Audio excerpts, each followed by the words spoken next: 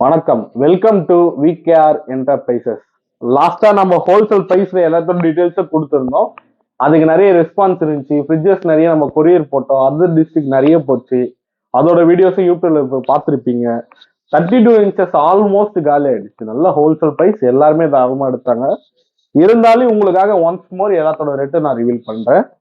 32 inches smart frameless IPS LED display subwoofer model, YouTube, Facebook, Miracast எல்லா ஆப்ஷனும் இருக்கும். இதோட ரேட்டு பார்த்தீங்கன்னா 7500 கொடுத்துட்டு இருக்கோம் ஹோல்சேல் பிரைஸ்ல.